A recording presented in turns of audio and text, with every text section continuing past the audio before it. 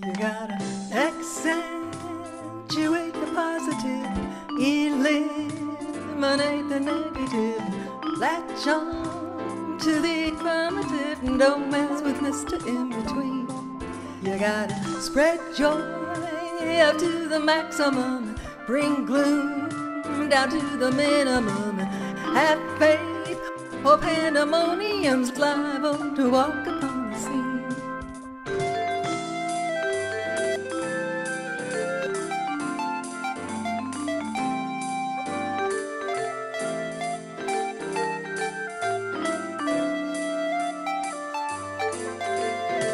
Accentuate the positive and eliminate the negative, and latch on to the affirmative, and don't mess with Mr. In Between.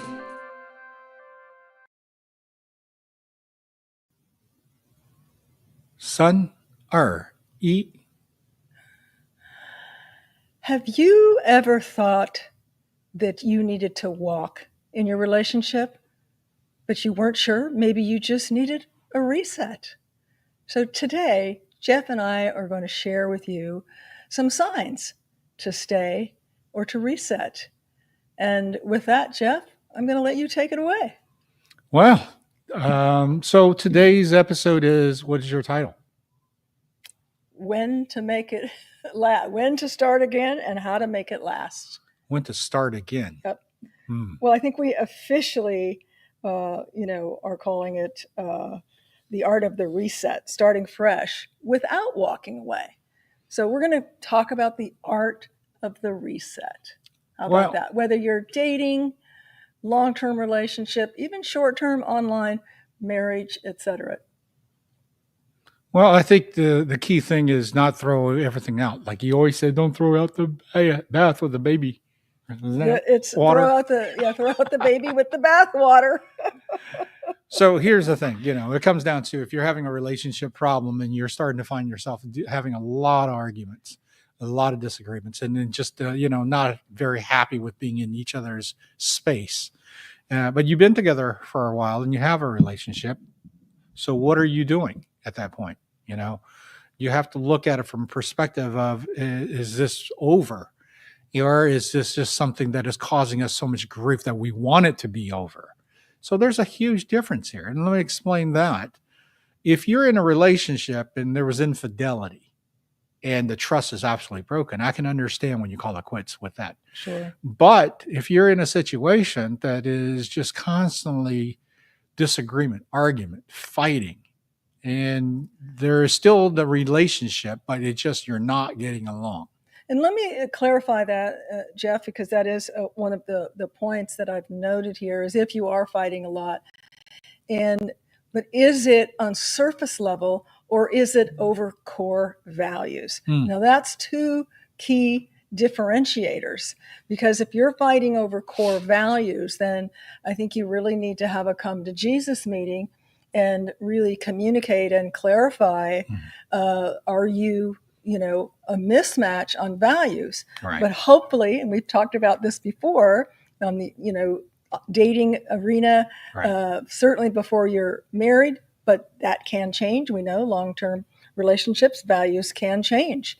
So if it's a core value, that's one thing. If it's just surface level, then, you and I talked about this pre-show yesterday, that sometimes if we're bickering all the time for little things, it's oftentimes something that we haven't resolved or we haven't brought to the table. And so we're nitpicking everything else. So you're saying that there's something deeper than something what is causing deeper. it. And I think that's really where we need to pause, whether it's individually or collectively. We need to pause and really examine, because those little nitpicky things, that's rarely what the real issue is. Would you agree with that? It definitely is part of that. Another thing I find is that when you start to get out of the relationship where it's us, we, those type of thoughts, where it becomes me, me, I find that's the problem with the situation is you start to go away and into a headspace that's just so solitude. And then what happens is you start to get, snippy. You start to get a little bit curt. And ultimately, you start to come across very short and disrespectful. And a lot of it is because you stop thinking about the other person. You stopped honoring your relationship because it somehow drove enough distance that you no longer feel connected. So now you're kind of being there as part of the habit. You're being there as part of convenience. And there's no more connection in the sense of the true deep connection. You're just connecting because you're everyday occurrence. Right. And you don't want to be, if you're feeling, and again, this is a sign for maybe a reset, not a breakup, is you're just feeling disconnected. Maybe you're feeling more like roommates than, romantic couple. You feel there's an emotional fatigue, but you don't really know how to, to get over it. Those are things that, you can come to terms with when you get quiet with yourself. To go, let's examine this. I think we just need a reset to get back to, and make a shift, because sometimes it's just a minor shift that can put you back to where you were. If you're not laughing as much as you used to, but you want to be how you were before. Sometimes it's small changes that can make a big impact. So are we talking about reset is that I'm moving out? Well, I would say that was bigger than a reset. What is a reset? Let's look at that. Everybody's relationship depth and the long, so-called the duration of it is different. Well, one of the things we point out here is energetic clutter versus true incompatibility. Okay. So energetic clutter, that's what I just described. That's emotional buildup. We talked about it in the last episode, where you're nitpicking, you're fighting about small things because you're really not addressing and having, the clarity to say, you know what, when you do this, I feel this way. Let's talk about it. Instead, you put it in your duffel bag behind you that you're carrying around, and you keep adding to it, and it keeps getting heavier and heavier and heavier because you're too afraid, or you're just not taking the time to discuss the real issue. Now, that's where you get a build-up of unresolved resentment, right? It can be, yes. Carrying out unmet needs, mental overload, clouds that love, is still present. It is still present, but how long can it be present when you're dragging around this resentment, unresolved issues, etc.? We can't talk enough about, really in life, but particularly in relationships, that you can never over communicate. I really believe. Now you have to find your own communication style, and that's. You mean yelling is not approved? Not approved and rarely needed. Yeah. Just so folks, you understand that I say these things because some of the irrational thoughts actually do go in your heads. If I yell or talk louder, then maybe they'll hear me, which is this is the opposite. You're not in controlling of your emotions, right? Absolutely. And that's the key factor about communication, is how do you retain the integrity of self and be in control of your emotions? Yes, having a governor on your emotions. And I'm going to, I'll be touching huge on it in my next book that's coming out, When the Mind Changes Its Mind. It starts with a thought, then it creates a feeling, and that feeling then can turn into action. Yeah. So it starts with the thought, and we have control. I think we're the only species on the planet that has that choice to control and to go, no, I choose to reframe my thinking. We tell our granddaughter, or I have, erase, replace. No negativity here. That's why our open theme song is accentuate the positive. You can always replace a negative with a positive. Yeah. So reframe your thinking. Yeah. Now, when it's, maybe not a reset, Jeff, would be, and we've talked about this, when it's a true incompatibility, when your values don't line up, or they've changed, or they're misaligned, greatly. Your future goals your emotional safety, and these are things that, again, hopefully you clarified in the beginning of your relationship and re-clarified, because we all change, especially if we're in a relationship for a long time. Right. But, if one partner changes and the other one doesn't, because we're all growing, we're all changing every day, every moment. I think our bodies recreate our entire bodies within something like 6 months. We're completely different selves. I just read on a medical report. So, but we are, as human beings, navigating through this experience, we are changing. So if all of a sudden one or the other partner has a completely different shift value system that doesn't line up with yours, it may not be a reset. It may be. Well, let's talk about the top two things that I think that causes the most so-called divisions. Number one is financial.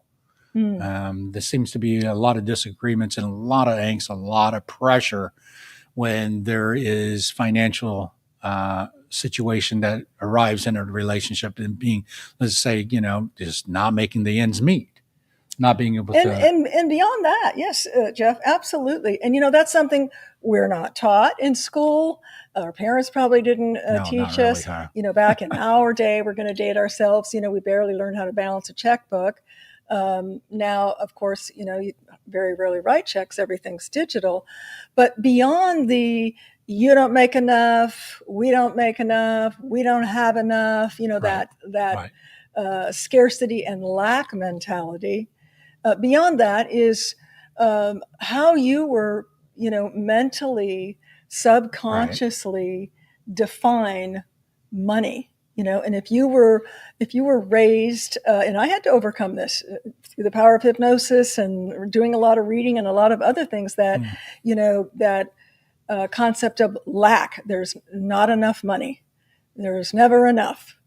Money doesn't grow on trees. All those old adages that go into your psyche and give you your thought process around money. And once I changed that, and I've shared this with you, Jeff, it was like money flowed when I stopped worrying about money. Well, there's definitely a lot of truth to not constrict your own flow because of thought, intention, and so forth. But you have to be aligned. It's easy for us to just say, hey, change your thought, then everything will be better. No, there's a lot of components to the discipline of it. How are you executing your intentions every day when you wake up? Is it for the best of everyone? Is it the best for yourself? Because you can't offer a contributing factor at the highest level if you're not okay with yourself first. So always keep that in mind.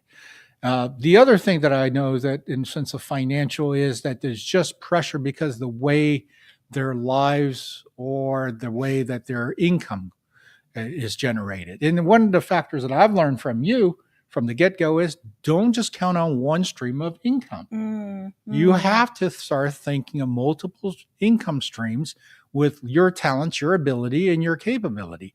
Right now, we have artificial intelligence with ChatGPT and Grok and so forth. There is no reason for you not to be able to set up a website or do something online commercing or create a business plan or any DIYs. And now we're talking about the rudimentary, beyond where I was talking more of the mental scope. That's right. But now the rudimentary, because many people may push back and go, yeah, we just don't have enough, or we don't, there's so many. I work so hard. By the time I get home, I'm so tired, and I got to make dinner, and then there's kids and economy and everything. But I truly believe, going back to this and not giving too much information because it's not important, but I was doing 6 figures in corporate America. And when Jeff and I married, he made considerably less than I did, but it wasn't an issue for me. So that was my thought process. Now I could have, I need someone who makes at least as much as me, or if not more, and yada, yada, yada. But I was mature, in age when we met. And I knew someone who made up here is not going to be able to give me the attention that I required at this period and junction in my life. But what Jeff had that just touched my heart, and he still does, is a generous heart. Okay. Well, can't eat that. And I think in part it was because he was raised by his mom, even though, he didn't come permanently into his mom's life until he was 10. But his mom is a very generous, open, giving mother. Yeah, that's true. Always has been with him. And so he had a different paradigm of money and generosity because, again, you can have someone who makes, 6-7 figures who's stingy. Yeah. Right? No question. And so I encourage you when you're, if you're looking for a relationship, to keep that in mind. It's the attitude that someone has towards abundance. Because if they have an abundant, energetic field, that crosses over into everything. Yeah. And I knew that, and I valued that in you, and saw that in you. Well, I think we both had the understanding in our consciousness that money is a tool. Money is not the be-all, end-all dictator master. And not that through the years we didn't go through, like most couples do, like, oh my gosh, because I was in sales, high-level sales, but sales for a good majority of my corporate America. And it was, what have you sold today? And so I can remember being in angst, wondering, am I going to deliver? Am I going to make quota? Am I going to have my job? And when I realized and let go, and I remember this, I told you about this trip that I had a month I could take. I took a full straight month off when I worked in high tech, I guess you'd call it. At that time, it was high tech. Telecom. Yeah, was the high tech then. Yeah. And I went ahead with my plans. I was biking through Europe to 5 countries with a group of about 15 people, and my numbers hadn't come in. But the plans were made, and I was going forth with this once-in-a-lifetime experience. Yeah. But I knew I had laid the groundwork, and I released and surrendered that all would be well, and enjoyed my trip. And it was, sure enough, the seeds I had planted in that time frame when I came back, they just popped up like a spring flower and bloomed, and all was well. And I was, of course, above quota. It was never below, what was it, the 20% percentile. Just by letting go and trusting and knowing, and that coupled with other experiences and your influence as well, has given me such a peace of mind in terms of abundance and having an abundant mindset. Mm-hmm. I always believe that if you're generous, then that is from your heart. And that generosity of giving is equivalent to receiving as well. So that's important. It comes back to I also learned about the aspect of money is that there's so many different ways to get money. So it isn't just one source of ways. And I understand where there's folks that tie their entire life and dedication and efforts and career into a specialty, and it's hard to walk away from it. Yeah. Okay. You reminded me of a point that I wanted to make on multiple revenue streams. Yeah. Don't laugh, guys, about this. I've been saving. I've been saving toilet paper rolls. The cardboard. Okay, and we have a pretty robust house in the toilet paper division. Those darn grandkids. Most of them are in Idaho, honey. There's only one here anyway. Okay. We recently, probably a year ago, converted to bamboo. Yeah, bamboo paper, recycle, not sustainable. Or no chemicals and no plastics. And of course, bamboo sustains itself. It doesn't. Yeah. You don't have to cut down a bunch of trees. It grows so fast, et cetera. The benefit of this is the cardboard rolls Hmm. are also, I think, made out of bamboo and super sturdy. Oh yeah. You know, the regular ones, they kind of like that little corner will Cheapy peel off. Right, cardboards. they crush really easy. Right. So I got the bright idea. I had saved them years ago, never did anything with them, got rid of them because they smashed. And so I've probably got 200 of them right now. And Holy moly. my idea is to do an asymmetrical on a big piece of canvas, glue them staggered like bricks, and then spray it gold or black or rust or whatever for some modern, 3D abstract art, which I'm going to do. So, because AI is so brilliant, whatever I look at, it pushes. So I'm going into my Pinterest account, and it pushes me people selling on Etsy toilet paper rolls. Yeah. Now, what do you think they're selling them for? 25 cents. No, about $1 each. No, about That's crazy, isn't each. it? So I'm looking at packs. In fact, you can get 10, 50. The 150 was sold out. $150. That's a lot of 150. A lot of visits. So if you poop, even if you don't have the bamboo toilet paper roll, if you poop, and people who do poop, have them save their rolls.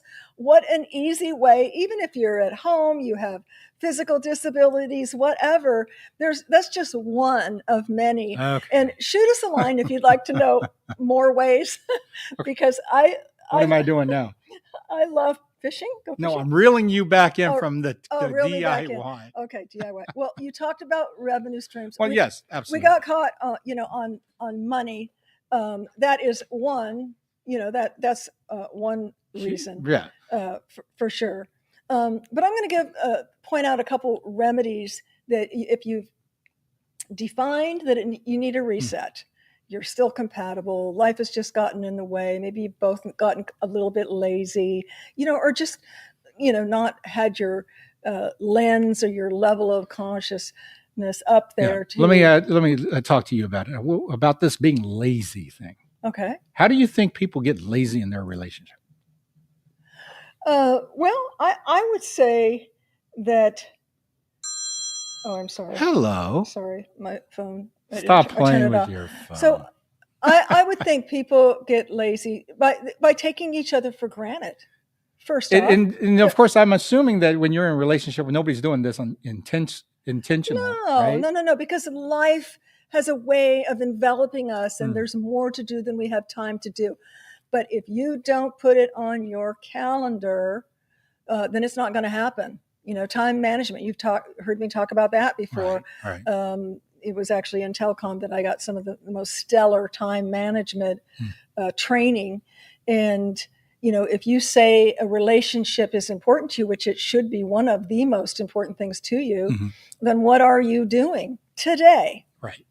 What are you doing today to nourish, to be thankful for, to encourage, to keep that alive? I don't think we shared this before. So we're going to share a couple tidbit, things just to, get your juices warmed up on, oh yeah, I could do that, and I could do this, and I could do that. Simple things. We have a thankful jar, and it's set out on the jar or set out on the counter.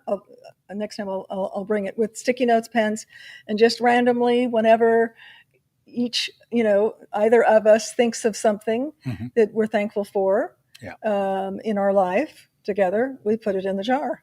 That's right. And we may do this more often than once a year. We've done this a couple of times in the last few years, and we kind of do it at like New Year's Day. We'll read them from the previous year. That's right. And it's amazing, some things. In fact, I'm kind of behind. I need to do probably 3 or 4 in the jar to go, oh, I forgot about that. Oh yeah, that was so wonderful. Oh, what a blessing that was. To really, and it comes back to that energy of being thankful. And not just taking for granted not only your partner, but the blessings that are all around you and that you're sharing with each other that sometimes you forget. So that's one simple thing. Of course, arranging a candlelit dinner. That's a shared walk or talk. Mhm. Now, I have a hard time getting him to take a walk with me because, well, we live in humid Texas. I just don't like to walk around in circles. When I want to go out there and do exercise, I want to have a ball in my hand or something. That's just the nature of how I like to exercise. Yeah, so he exercises with our Aussie Doodle in the dog park we made because they can play catch.